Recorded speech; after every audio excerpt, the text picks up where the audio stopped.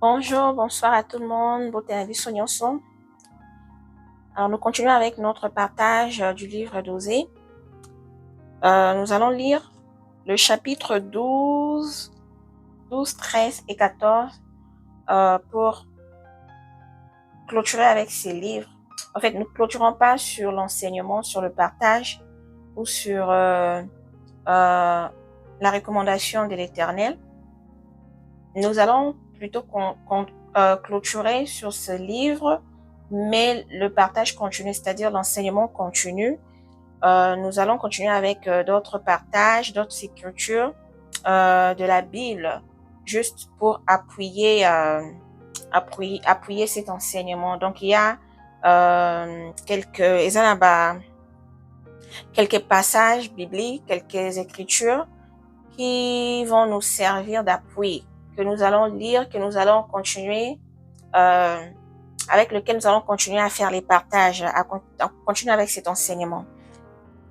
Alors, nous allons lire ici, Tozotanga, na lire, il y a Osée, nous lisons dans Osée chapitre 12, deuxième verset. Donc, j'ai juste pris quelques passages dans chaque chapitre 12, 13, 14, puisque c'est comme je dis toujours que ce sont il y a des histoires qui sont répétitives et il y a des passages ou des versets que je trouve essentiels, que je trouve très importants, que nous puissions en parler, que nous puissions partager, lire ensemble et discerner ensemble, parce que je trouve quand même qu'il y a des passages qui sont édifiants,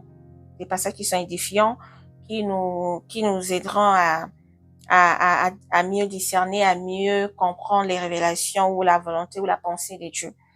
Alors, nous lisons Osée chapitre 12, au deuxième verset. La parole dit: Éphraïm se répand de vent et poursuit le vent d'Orient. Chaque jour, il multiplie le mensonge et la violence. Il fait alliance avec l'Assyrie et emporte de l'huile en Égypte. Alors, je vais mettre la caméra, si vous pouvez aussi voir ensemble. On peut voir ensemble pour lire. Alors, nous pouvons lire ensemble. La parole dit, là nous sommes dans Osée chapitre 12, au deuxième verset. La parole dit: Éphraïm se répand de vent et poursuit le vent d'Orient. Chaque jour, il multiplie le mensonge et la violence. Il fait alliance avec la Syrie et emporte de l'huile en Égypte. Alors, ici, s'il faut discerner ce que cette écriture dit, lorsque la Bible dit qu'Éphraïm se répand de vent, c'est-à-dire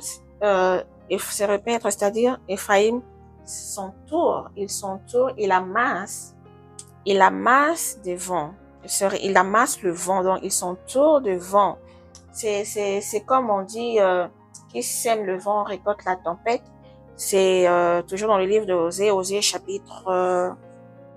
chapitre 8, je vais vous montrer cela rapidement. Osée chapitre 8, ici, comme vous pouvez le voir, le titre c'est S'aimer le vent, moissonner la tempête. Donc, tout ce livre parle de la situation d'Israël. Donc, je voulais juste nous faire voir ces titres pour comprendre ce que nous venons de lire ici dans Osée chapitre 12. Alors, lorsque l'Éternel dit Éphraïm se répand de vent, c'est-à-dire qu'il récolte, c'est-à-dire qu'il amasse des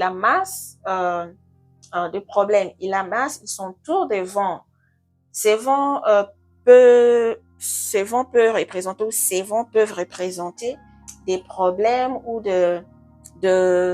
des disputes ou des troubles, des incompréhensions ou des accords. Donc tout ce qui peut secouer une nation. Donc ici l'Éternel est en train de décrire que Éphraïm, qui représente ces tribus d'Israël, et en fait lui-même, le problème en fait c'est lui-même qui va ouvrir les portes pour amasser le problème, pour s'entourer de vent en faisant par exemple des alliances sans la volonté de l'Éternel et en allant comme nous l'avons nous allons répéter plusieurs fois dans ces partages, en se prosternant devant des dieux étrangers, les dieux de Baal, par exemple, s'accumuler des péchés sur péchés. Donc tout ça là, c'est en fait le fait de se paître devant, de s'accumuler, de se faire entourer devant. Alors nous allons lire, nous allons lire le verset 11. Le verset 11, toujours dans le chapitre 12. Chapitre 12, verset 11. Donc nous allons zoomer. Ok. Verset 11 est là. Voici, la parole dit, j'ai parlé aux prophètes, j'ai multiplié les visions, et par les prophètes, j'ai proposé des paraboles. Alors, cette écriture veut dire ici que l'Éternel, avant qu'il pose l'action, avant que son jugement tombe, il envoie avant soit d'intervenir dans une situation. L'Éternel envoie toujours ses avertissements. L'Éternel envoie toujours ses serviteurs, ses prophètes. Donc ici, l'Éternel parle. Il dit qu'il a parlé aux prophètes. Il a donné plusieurs visions, les paroles prophétiques à cette nation d'Israël. Et à travers ces prophètes, l'Éternel a même proposé des paraboles, c'est-à-dire des paroles de l'Éternel, les Écritures qui décrivent, les Écritures de la Bible décrites de différentes façons, de différentes manières, et tout cela juste pour faire comprendre à la nation la volonté de l'Éternel. Donc c'est pour que la nation puisse comprendre, c'est pour avoir un discernement, pour capter la volonté de Dieu et ses avertissements. Mais malheureusement, les Écritures nous montrent que la nation d'Israël ne prête pas attention à tout cela et continue à se comporter ou à agir de façon contraire à la volonté de l'Éternel, continue à se prosterner et à sacrifier au Dieu de Baal. Donc voilà ce que je peux dire par rapport à ces versets 11 du chapitre 12. Alors j'aimerais appuyer ces versets 11 du chapitre 12, appuyer cela par un autre passage biblique qui est dans le livre de Daniel, chapitre 1, au 6e verset. C'est plutôt Daniel, chapitre 9, au 6e verset dont nous sommes là. Le livre de Daniel, chapitre 9, et nous allons lire le 6e verset. En fait, ces chapitres parlent de la prière et confession de Daniel. Alors, nous allons développer ces livres de Daniel, quelques chapitres de ce livre, toujours dans notre enseignement, dans ces partages, mais pas aujourd'hui. Nous allons le faire après, donc les jours qui viennent, les jours qui suivent. Toujours dans ces enseignements, nous allons parler en détail de quelques écritures qui vont justement appuyer le livre d'Osée. Alors, chapitre 9 du livre de Daniel, nous allons lire le verset 6 qui dit ici, « Nous n'avons pas écouté tes serviteurs, les prophètes, qui ont parlé en ton nom à nos rois, à nos chefs, à nos pères et à tout le peuple du pays. » Alors, cette partie ici, ça fait partie de la prière et supplication de Daniel. Ici, Daniel a fait une prière ici, une longue prière en faveur de la nation d'Israël. C'était suite à leur conduite, à leur égarement, que Daniel a eu ses cœurs attristés pour aller auprès de Dieu faire ces 21 jours de prière. Mais nous allons développer cela au fur et à mesure que nous avançons dans cet enseignement. Je voulais juste que nous puissions lire ces versets, juste pour appuyer le verset 11 du chapitre 12 d'Osée que nous venons de lire. Donc voilà. Alors, il y a aussi un autre passage, le livre de Corinthiens. Nous sommes ici au livre des Corinthiens, 1 Corinthiens chapitre 15. Nous allons lire au 56e verset. 56e verset, c'est là la parole dit ceci, la parole dit, à partir du 56e verset, la parole dit, l'aiguillon de la mort, c'est le péché, et la puissance du péché, c'est la loi. Alors, nous lisons ça, c'est aussi pour appuyer ce que nous venons de lire tout à l'heure. Alors, si Daniel a fait cette prière, ces supplications, ces 21 jours de jeûne et prière, c'était suite à leur conduite, à leur égarement. Alors, Daniel a compris. Il a compris ce que l'Éternel voulait, ce qui était de sa volonté pour la nation d'Israël. Puisque l'Éternel, la parole dit ici que les guillons de la mort, c'est les péchés. Alors, Daniel a compris que l'Éternel voulait frapper et que le jugement de l'Éternel serait un jugement qui frapperait très dur, qui serait un jugement dur, qui frapperait durement et qu'il y aurait beaucoup de personnes qui tomberaient à partir de ces jugements. Parce que ça serait comme, ça serait une invasion, je veux dire. La nation sera envahie de plusieurs nations, de ses ennemis. Alors, nous comprenons que lorsqu'il y a guerre dans une nation, il y a de ceux qui tombent, de ceux qui succombent. Il y a de ceux qui sortent de ces troubles, qui sortent vivants. Alors, Daniel implore l'Éternel pour sa miséricorde, pour épargner la mort. Alors, il a compris que le guillon de la mort, c'était le péché et que le peuple d'Israël devrait sortir de la vie de péché et que la puissance du péché, ce qui donnait cette force au péché, c'était en fait leur conduite, c'était en fait les pratiques qu'ils sont en train de faire qui fait partie de la loi. Donc, c'est-à-dire la puissance du péché, c'est la loi. Et de cette loi dont l'Éternel est en train de se plaindre, c'est de cette loi dont l'Éternel veut que la nation puisse s'en débarrasser, puisque la loi est la puissance du péché. Donc, la loi qui vient renforcer les péchés. Lorsque le péché persiste, ça veut dire qu'il y a aussi la loi qui est en train de persister. Alors, lorsqu'une nation persiste dans les péchés, ça veut dire qu'il y a une loi qui est assise dans cette nation. Il y a une loi qui a été adoptée dans cette nation.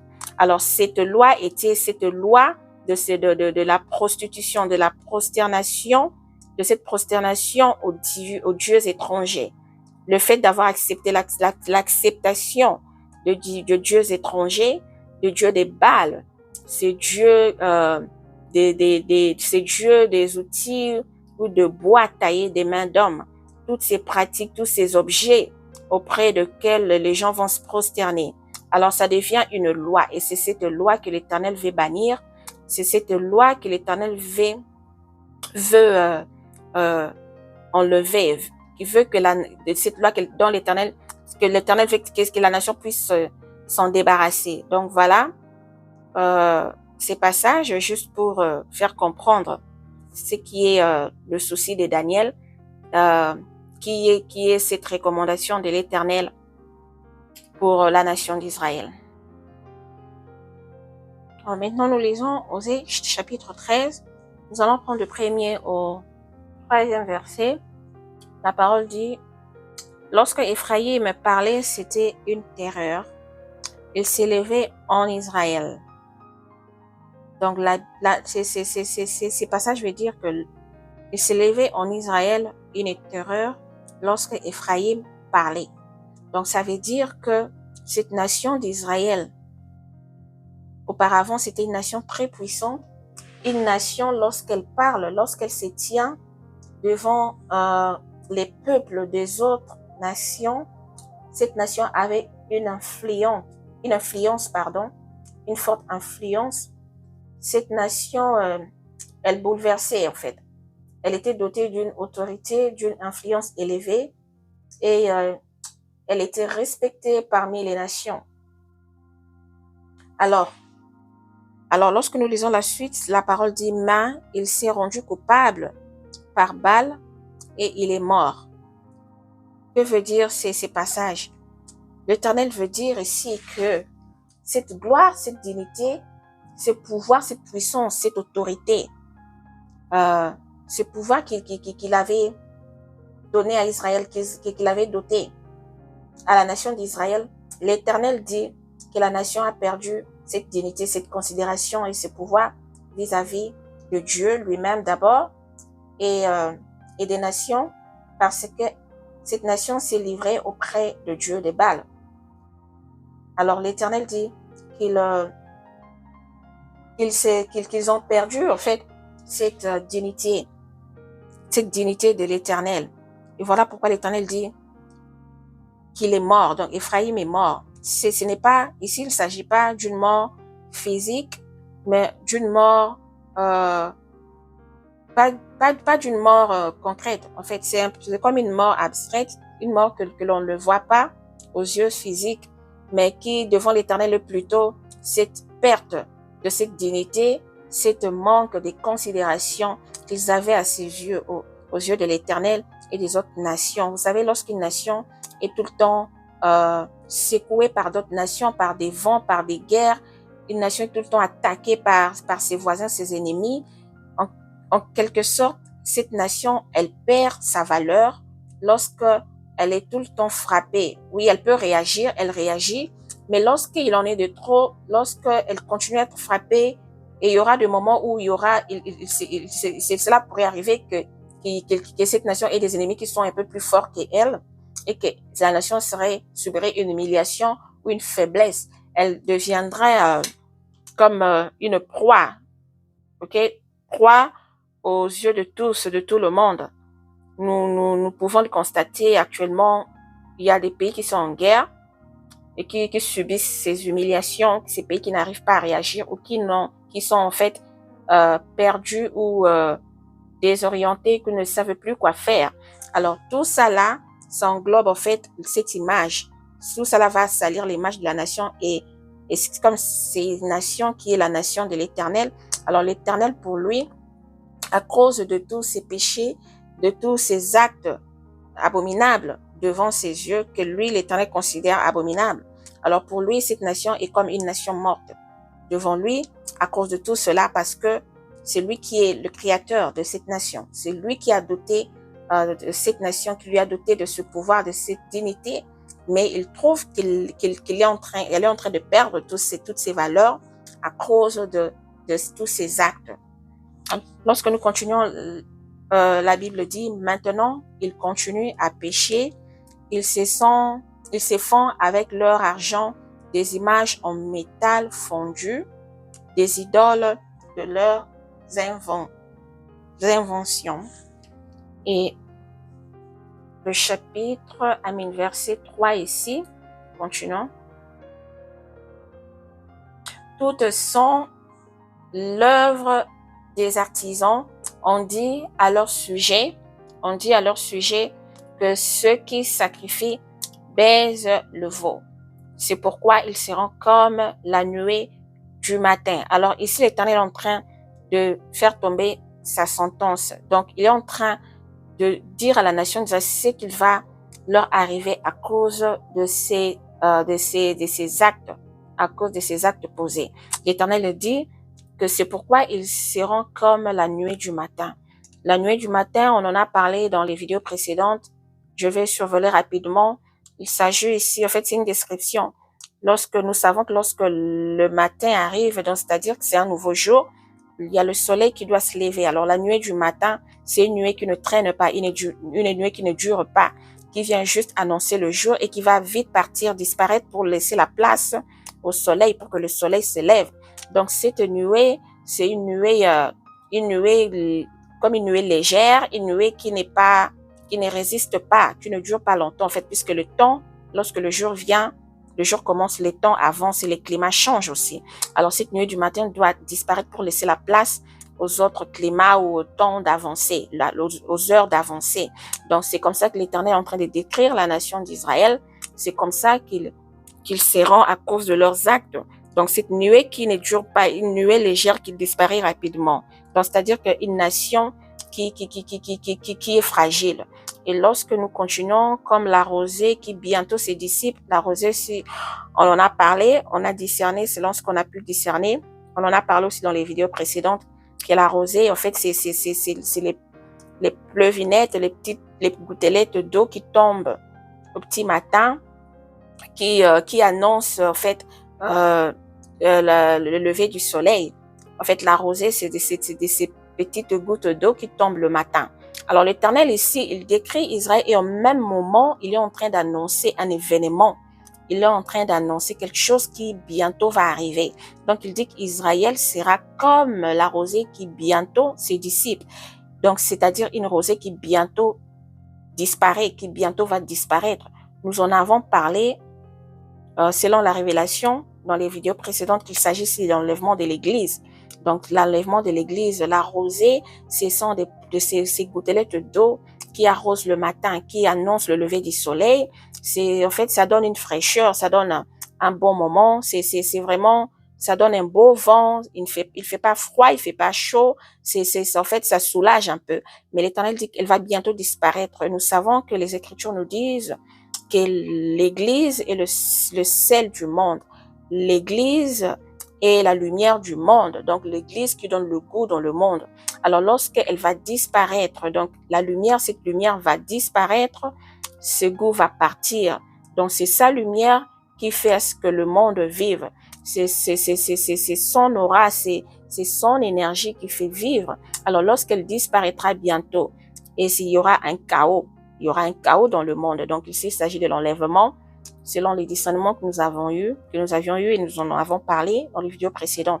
Alors, l'Éternel décrit Israël comme cette rosée qui bientôt se dissipe. Donc, c'est-à-dire une nation qui bientôt va être envahie et il y aura une invasion et cette nation qui va bientôt se disperser. Une nation dispersée, c'est-à-dire une nation en guerre qui va se disperser dans les nations, qui va aller trouver refuge ailleurs. Donc, qui va se disperser, qui va sortir de sa terre, en fait, pour partir. Et puis, la continuité dit, comme la balle emportée par le vent hors de l'air. La balle, oui, lorsqu'on tire une balle en l'air, et puis la balle est emportée par le vent. Donc, la balle n'a pas de force. La balle est emportée par le vent. Donc, elle prend toute direction, toute projection. Donc, lorsqu'elle la tire, elle part. Donc, elle est emportée, elle n'a pas de force pour résister devant le vent. Donc, c'est comme ça que l'Éternel décrit Israël. Et puis, la suite dit, comme la fumée qui sort d'une fenêtre. Donc, lorsque vous ouvrez la fenêtre, la fumée sort. Et lorsqu'elle sort, elle se disperse, elle se dissipe. Donc, la fumée se disperse, elle disparaît. Donc, c'est comme ça que l'Éternel décrit la nation d'Israël. Donc, elle sera une nation qui va se disperser, qui va partir de partout, dans les autres nations, chez les voisins, pour trouver refuge. Donc, comme cette fumée qui se disperse, une fois que la fenêtre est ouverte, elle part. Donc, c'est comme ça que l'Éternel décrit la nation d'Israël à cause de tous ces actes. Et nous allons maintenant nous allons sauter pour aller au verset 13. Le verset 13, toujours dans ces chapitres 13 du livre d'Osée, la parole dit, les douleurs de celles qui enfantent viendront pour lui. C'est un enfant peu sage qui, au terme voulu, ne sort pas du sein maternel. Alors, qu'est-ce que veut dire cette écriture? Les douleurs de celles qui enfantent viendront pour lui. Alors, lorsque l'on parle des douleurs de celles qui enfantent, les douleurs d'enfantement, une mère, lorsque les douleurs augmentent, ça veut dire que l'enfant veut naître. Alors, ces douleurs d'enfantement, s'il faut les discerner, il s'agit ici de ces temps de tribulation, des grandes expériences, de ces temps, de ces grands challenges, de ces grands dévastations, de ces moments douloureux que la nation devra traverser. Alors, lorsque la douleur augmente, ces douleurs d'enfantement, lorsqu'elle augmente, donc l'enfant est prêt pour naître, je veux dire. Mais l'Éternel dit ici que c'est un enfant peu sage, c'est-à-dire que l'Éternel, selon sa volonté, selon ce qu'il désire, c'est son désir, selon sa pensée, son souhait, et que la nation trouve refuge, et que cet enfant naisse dans des conditions, dans des bonnes conditions, dans des conditions que lui-même, l'Éternel, a prévues. Mais malheureusement, cette femme qui va enfanter fait les choses à sa manière. Elle fait les choses non selon la volonté de Dieu, mais selon sa volonté à elle. Alors, elle devra subir ces douleurs d'enfantement toute seule. Et cet enfant peu sage, c'est-à-dire, c'est cette paix, ce repos que l'Éternel souhaite pour cette nation, ne veut pas venir au moment opportun, ne veut pas prendre place au moment opportun, donc le bon moment, le moment précis de Dieu. Alors l'enfant préfère naître dans les tribulations, dans les troubles, préfère choisir un autre chemin. Alors au terme voulu, c'est-à-dire au terme que l'Éternel a préparé pour en fait épargner, pour protéger cette nation contre ses ennemis, contre toutes ces tribulations, contre toutes ces atrocités, toutes ces dévastations. Alors la nation préfère faire les choses à sa façon. Alors l'Éternel dit ici que l'enfant ne sort pas du sein maternel. C'est-à-dire ici que l'enfant ne sort pas du sein maternel au terme voulu. C'est-à-dire qu'il y a un événement qui va se passer. Et cet événement, s'il faut parler, c'est une révélation ici. Hein. Il s'agit ici de l'enlèvement de l'Église. Donc, c'est-à-dire l'Éternel, selon son souhait, sa volonté, serait que tout le monde, puisque l'enlèvement ici signifie le repos, l'enlèvement signifie, c'est le repos, c'est la paix que l'Éternel veut donner à son Église, à ses enfants, aux saints, les épargner de tout ce qui va arriver. Mais malheureusement, la nation d'Israël veut enfanter son enfant, veut avoir son repos à travers des tribulations, des troubles, à travers beaucoup de choses qui ne sont pas de bonnes choses. Alors voilà pourquoi l'Éternel dit que c'est un enfant peu sage qui, au terme voulu, ne sort pas du sein maternel. Mais puisque c'est un Dieu d'amour, et puisque c'est une prophétie qui doit prendre place, cela arrivera ainsi. Mais lorsque nous lisons la suite, ici dans le chapitre 14, il dit « Je les rachèterai de la puissance du séjour de mort, je les délivrerai de la mort. » Donc, racheter ici, c'est retourner vers quelque chose que vous n'avez pas pu acheter auparavant. Donc, vous allez pour le racheter. Donc, quelque chose que vous aviez acheté avant, que vous aviez perdu, ok, que vous retournez pour aller la racheter. Donc, l'Éternel dit qu'il rachètera la nation d'Israël de la puissance du séjour de mort. C'est-à-dire la racheter de toutes ces dons de tribulation. La racheter de la puissance du séjour de mort. Donc, la ramener à la vie. De la même manière que sa crucifixion a été faite, il est mort 2 jours, il est ressuscité le 3e jour.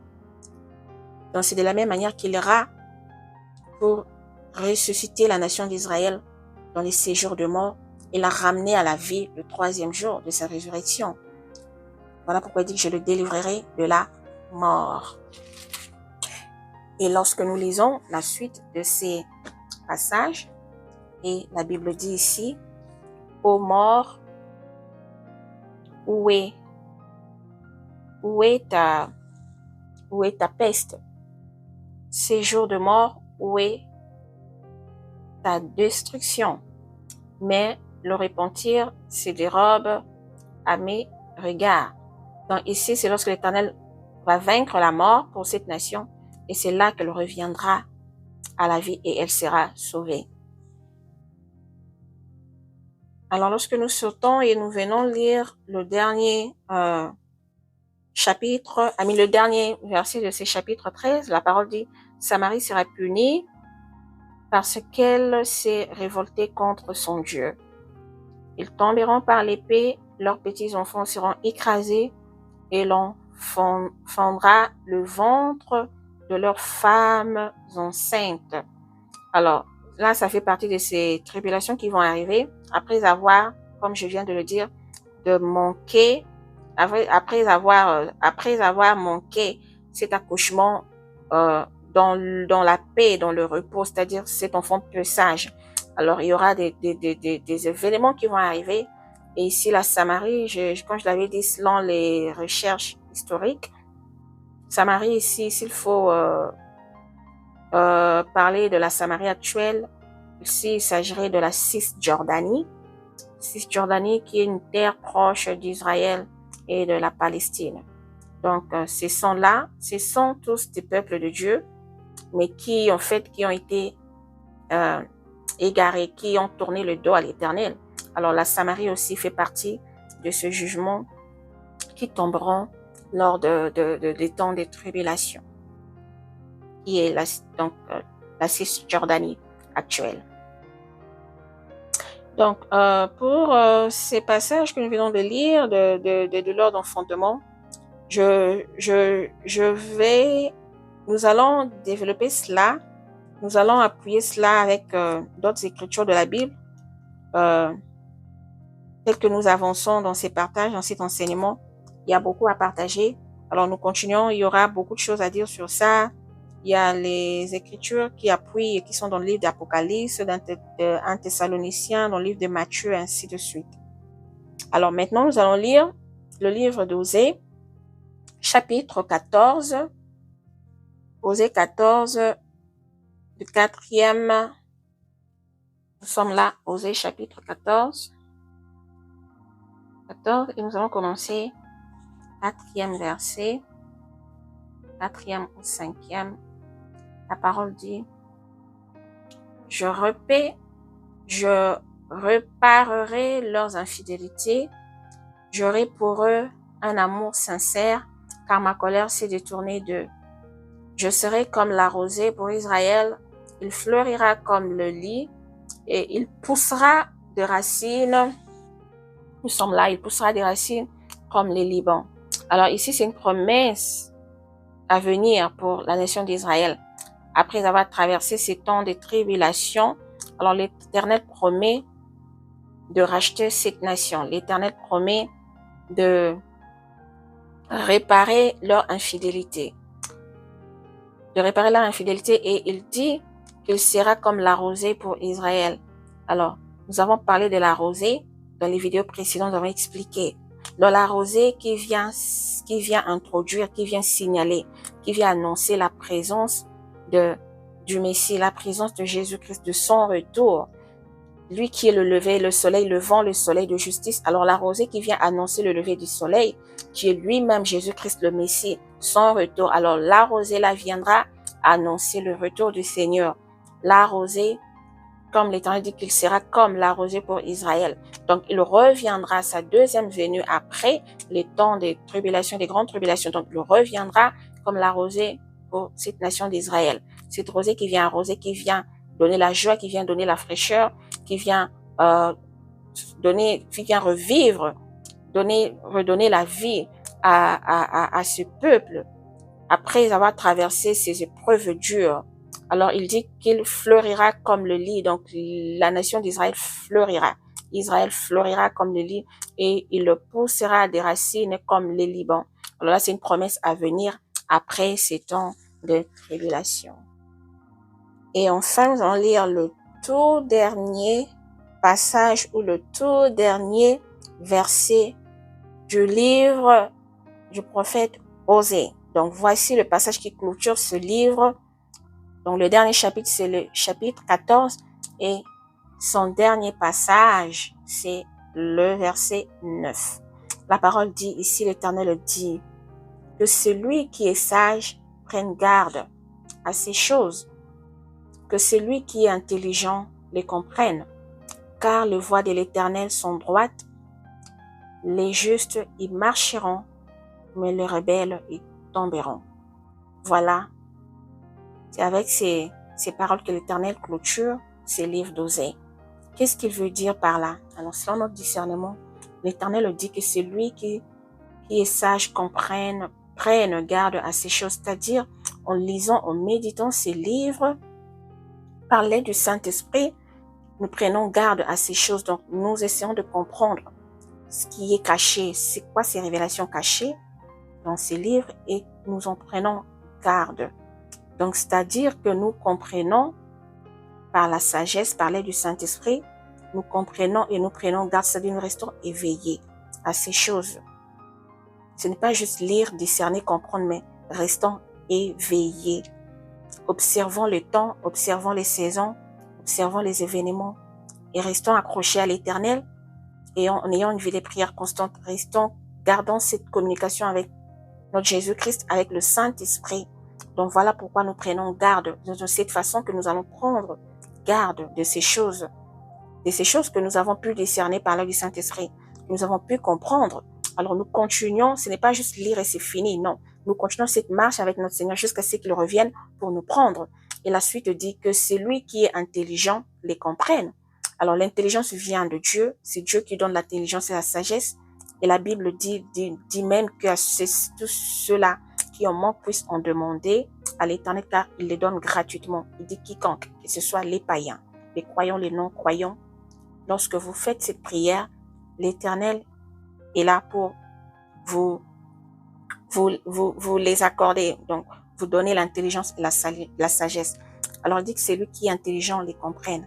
Alors, par l'intelligence, par l'aide du Saint-Esprit, nous essayons de discerner, comprendre ce que ces Écritures veulent nous dire, quelles sont les révélations cachées. Car les voies de l'Éternel sont droites. Alors, lorsque l'Éternel parle dans ses Écritures, dans ses livres, il nous dit que ses voies sont droites. C'est-à-dire que tout ce qui est écrit ici sont vrais et sont des prophéties qui vont prendre place, qui vont se réaliser. Car les voies de l'Éternel sont droites. Donc, ces voies ne se trompent pas. Lorsqu'elle dit qu'elles sont droites, elles sont droites. Lorsque la Bible dit qu'elles sont droites, elles sont droites. Alors, il dit que le juste, ils marcheront, c'est-à-dire ceux qui auront cru en ces paroles, ils seront sauvés, ils seront épargnés, ils y marcheront sur ces voies qui sont droites, ces voies, sur ces bonnes voies. Mais les rebelles, ils tomberont, c'est-à-dire que les rebelles, ceux qui ne veulent pas écouter, ceux qui ne veulent pas comprendre, qui tournent le dos à l'Éternel, qui se rebellent, qui se détournent des bonnes voies de l'Éternel, ils y tomberont. Donc sur ces voies de l'Éternel, le rebelle, il tombe, car il manque la sagesse, l'intelligence, il manque l'écoute, le discernement, il manque l'obéissance à ces paroles de l'Éternel. Alors voilà ce que je peux dire. Et pour tout clôturer le tout dernier passage, nous allons lire Ézéchiel chapitre 36, 24e verset. Alors nous sommes là, nous sommes dans le livre Ézéchiel chapitre 36. Nous allons lire le 24e verset pour clôturer. La parole dit, je vous retirerai d'entre les nations, je vous rassemblerai de tous les pays et vous ramènerai dans votre pays. Là aussi, c'est une très belle promesse que l'Éternel fait à la nation d'Israël. Donc, c'est un Dieu qui reviendra. Mais puisque ce sont des prophéties qui doivent prendre place, alors pour le moment, la nation est dans l'égarement, la nation est dans les distractions, elle est voilée, je veux dire. Et il y aura un temps où les yeux de cette nation s'ouvriront. Et c'est là, elle reviendra vers son Dieu. Voilà pourquoi l'Éternel le dit ici.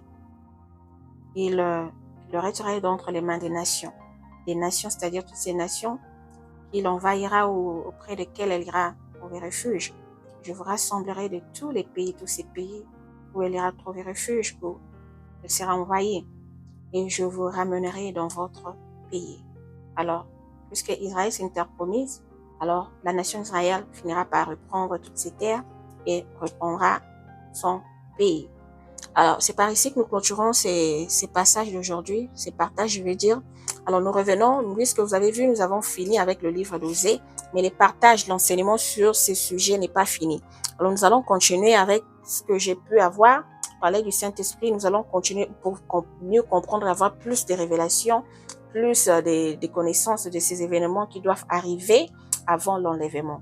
Alors, merci beaucoup d'avoir suivi et à la prochaine.